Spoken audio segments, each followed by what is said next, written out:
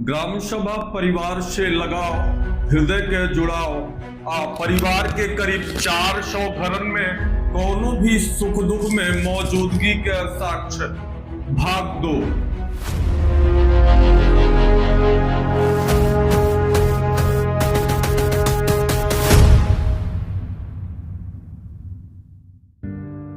बीतल शनिचर के दिने हमनी के ग्राम सभा परिवार के पश्चिम टोला निवासी लल्लन जी के घरवाली के लम्हर बीमारी के बाद भइल आकस्मिक देहावसान पर वहां पहुंच के दुखियाइल परिवार के ढांढस बधौनी संगे संगे मृत आत्मा के शांति खातिर अपन इष्ट देव भगवान महादेव और हमार आदर्श बाबा साहब भारत रत्न बाबा साहब डॉक्टर भीमराव अंबेडकर से प्रार्थना कैली कि दिवंगत आत्मा के आपन चरणन में जगह देवे।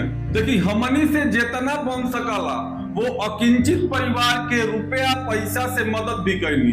वहां से निकलत समय वो परिवार के दिव्यांग बेटवा जितेंद्र, जगह आप सब जानत भी हो बहुत अच्छी तरीके से, जितेंद्र के जवन सरकार के योजना से इलेक्ट्रिक ट्राईसाइकिल दिलावे खातिर हम महीना भर पहले से प्रयास करत आ रहल बानी। ओकर प्रगति के जानकारी भी देहनी। हमार पीआर ग्राम सभा झरकटा भदौरा विकास खंड गोला के माननीय परिवार जनम हमनी हमेशा रउआ सब के सुख दुख में साझेदारी कैले बानी। आज समय समय पर ओकर सबूत भी देत रहल बानी। जैसे आप लोग सब जानत होगा दुनिया भर के अफवाह और पोंडर गाँव में फैलावल जाला, लेकिन हम अपने हर बात के सबूत रउआ सबन के देत रहल बानी। बाकी हमनी के खेत है बाती के बाद कि ग्राम सभा के कुछ वैचारिक विरोधी लोग ये अफवाह फैलावत रहल बाना कि दुबे जी 24 घंटा 7 दिन यही नहीं रही है, वो गोरखपुर से आवेला, यही से समय रउआ सबके समस्या में नहीं जुट पाई है। यह बात पर हम रउआ सबके हाथ जोड़ के निहोरा करत बानी।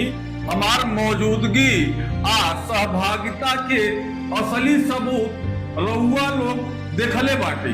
चाहे सगरो ग्राम सभा परिवार में कौनो मांगलिक बेला होखे, खुशी के पहर होखे, कोनो दुख दर्द होखे, अस्पताल से घरे ले गांव के चबूतरा ले साथ निभावे के परंपरा होखे, बिना कोनो पद पदवी अलाप खातिर सेवा भाव समर्पण और त्याग का भावना, ये सब रउआ लोग अपने दिल पर हाथ रख के खुद महसूस कई सकत बानी। ऐसे विरोधी लोग के बहकावा और सवालन के असली जवाब रउआ खुदे दे सकत बानी। सुरनामबुज एशियन दुबे के रउआ सभे से जे लगाव सम्मान अनेह बा वो आजीवन अटूट रही। हम वचन देत बानी कि रउआ सभे के सुख दुख में हमेशा साथे खड़ा रहें। आपन निजी आमदनी से जौन हमारे सामर्थ्य और शक्ति हो सकी आर्थिक मदद भी निरंतर करत रहो। चूंकि सुरनामबुज दुबे के स्वभाव रउआ सब जनता बाटी, बिना कौनो पद पदवी के अबले रउआ सबन के सेवा करत आ रहल बानी और आगे भी करत रहब, एकर हम वादा करत बानी आप सबन से। बाकी कौनो साफ सुथरा छवि वाला समाज सेवी के जियल बचले खातिर कुछ रोजगार आ व्यवसाय जरूरी होला, जेकरा के कईल हमार जरूरत नहीं बाकी मजबूरी भी बाटे। काहे कि आप सब लोग जानत हो कि सुरनामबुज दुबे गोरखपुर रहने के मदद में कहाँ आ पाई है, तो एकर ही जवाब रउआ समन के हमारे तरफ से बा। हमार भविष्य दृष्टि ई बा, हमार कोशिश बा कि गांव में कोनो उद्योग व्यवसाय खड़ा करी जैसे कम से कम अपने ग्राम सभा के 25-50 लोगन के रोजगार मिले। आप सबन के बीच ज्यादा से ज्यादा समय गुजार सकी। एकरे साथे साथे रउआ सबन के ग्राम प्रधानी के जो सच्चाई बा वो हम बयान कई चाहतानी। हमारा बहुत दुख होत बा कहे में, लेकिन ई बात कहल आज बहुत जरूरी रहल कि देखी जा कि परंपरा हमनी के ग्राम सभा में पूर्व से चलता रहल बा। ग्राम प्रधानी सबकरा खातिर अच्छा खासा व्यवसाय आ मोटा कमाई के जरिया है, ये सबकर सोच बा और यही सोच के साक्षी करे के जुगाड़ में प्रयास में सब लोग प्रधानी लड़ता। पंचायत के राज केंद्र मनरेगा के निधि और जौन प्रधान जी लोग अपने आदमियन के नाम से मास्टर रोल फर्जी तरीके से भरत आने चढ़वा के ओकरा मजदूरी के रुपया के ओकरा नाम पर लेके वो लाचार व्यक्ति के 500-400 पकड़ा दी है, बाकी सजी अपने जेबी में रख ली है। तो इहो लोग आप लोग जान नहीं जे रउआ सब के सगरो गौवा के खातिर सरकार देले बा ओकरा के बंदरबाट कई के व्यक्तिगत फायदा उठावल जात रहल बाना। कई बेर ओकरा में से थोड़ बहुत अपन लोगन के भी दे के ये एहसास करावल हक बाना हम भी रउआ के सहयोग करत बानी, जबकि तरीका बहुत गलत है। अरे अगर सहयोग करे बात अपने जेबी से रुपया खर्च करके अपने मेहनत के कमाई के रुपया खर्च करके मदद करी ना, काहे सरकारे पैसा दे के या कहतानी कि हम मदद करतानी।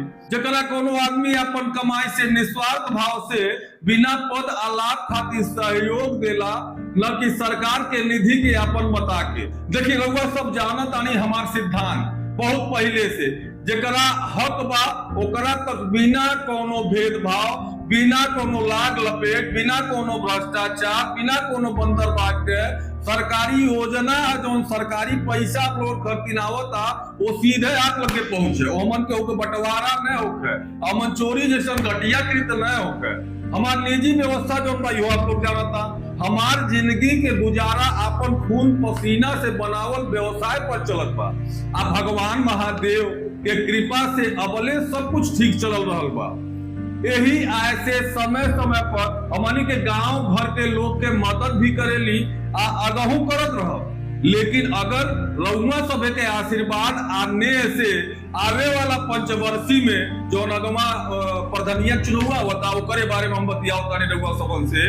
पंचवर्षी में हमके ग्राम प्रधान बनावे के मौका मिलल तो हम भरोसा दिलावतानी रउआ सब का प्राथमिकता सेवा और ग्राम सभा के विकास से हमार खातिर पहला आखिरी कर्तव्य रही। जैसे हमन कोनो लाग लपेट वाली बात ना है भाई, आप लोग स्पष्ट जानत आने व्यक्तिगत फायदा कमावे के सोच कबहू नहीं करी। हमनी कसम खा के कहत बानी रउआ विश्वास पर हमेशा खरा उतरी।